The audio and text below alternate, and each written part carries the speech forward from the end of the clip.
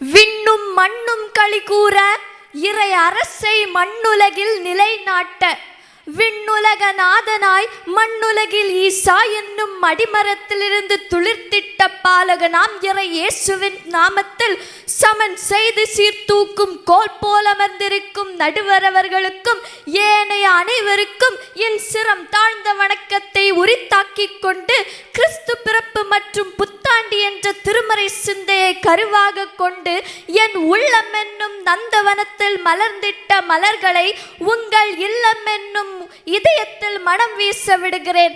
தாருங்கள் தங்கள் கவனங்களை. 2000 ஆண்டுகளுக்கு முன் மனித குல மீட்பிற்காக மாசற்ற கன்னியின் மகவாக தீர்க்கர்கள் முன்னுரைத்தபடி மானிட உலகில் அன்பையும் சமாதானத்தையும் நல்க யூதேயா நாட்டு பெத்லகேமிலே பிறந்தார். இயேசுவின் பிறப்பு மனித இனத்திற்கே கிடைத்த மாபெரும் அதிசயம். பரிசுத்த ஆவியினால் கன்னி மரியாளின் மகனாக பிறந்த இயேசு மனித மனங்களின் தீய எண்ணங்களை ஒழித்து அமைதியை உருவாக்கி உலக வரலாற்று காலத்தையே கிமு கிபி என்று பிரித்த ஆற்றல் வாய்ந்தவர். யூதேயா நாட்டு பெத்லகேமே, நீ சிறியவன் அல்ல, உலகை ஆள உன்னிலிருந்து ஒருவன் தோன்றுவான் என்ற வாக்கை மெய்ப்பிக்கும் வகையில் வானங்கள் முழங்க, வாழ்த்திசை இசைக்க, வான தூதனை காட்சியளிக்க, வான் நட்சத்திரமே வழிகாட்ட பல அதிசயங்களுக்கிடையில் வந்துதித்தார். கிறிஸ்து பிறந்த நாள் நமக்கு உணர்த்துகின்ற செய்தி என்ன தெரியுமா?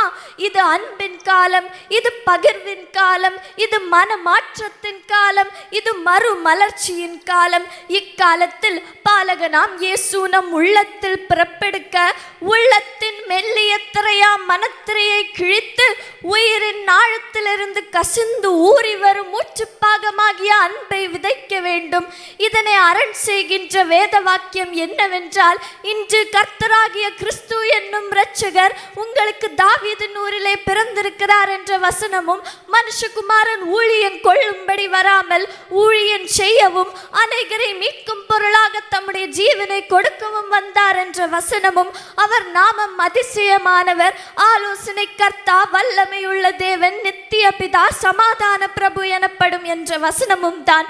அன்பானவர்களே, மனுக்குலம் முழுவதும் இன்று பாவத்திலும் சுயநலத்திலும் தற்பெருமையிலும், ஏன் மனிதனே இன்று அழிவுக்குட்படுத்தும் அவல நிலையில் தான் இருக்கிறது. இந்நிலை மாறுவதற்காகத்தான் இறைவன் மனு உருவானார். உலகில் அமைதியை விரும்பினார் தேவன். இன்று வீட்டிலோ நாட்டிலோ நாம் அமைதியை விதைத்திருக்கிறோமா? கிறிஸ்து பிறப்பின் அர்த்தமே இன்று மாறிப்போன இச்சூழலில் உண்மையான கிறிஸ்துவை நாம் எப்போது ஏற்றுக்கொள்ள போகிறோம்? பாவிகளை மீட்கவே பாலகன் இயேசு பிறப்பெடுத்தார் என்ற செய்தியை பறைசாற்ற வேண்டியது நம் கடமை அல்லவா? எனவே வெளிவேட கிறிஸ்தவ வாழ்க்கையிலிருந்து புது பிறப்பெடுப்போம். மிக சிறியோராகி என் சகோதர சகோதரிகளில் ஒருவருக்கு நீங்கள் எதை செய்தீர்களோ அதை எனக்கே செய்தீர்கள் என்ற திருமறை சிந்தை இதய பலகையில் பொறித்து பக்தி வைராக்கியத்தின் கற்பாறைகளாக, 10 கற்பனைகளின் கற்பலகைகளாக, முக்தி ராஜ்யத்தின் திறவுகோள்களாக, தரணி மீட்ட திருமறையின் சொற்களாக, இரட்சகரின் புகழ் பாடும் கவிஞர்களாக, காலமெல்லாம் கர்த்தரின் மெய் சுவிசேஷகர்களாக கிறிஸ்து பிறப்பின் நற்செய்தியை உலகமெங்கும் பறைசாற்றுவோம் என்று கூறி விடை பெறுகிறேன். நன்றி, வணக்கம்.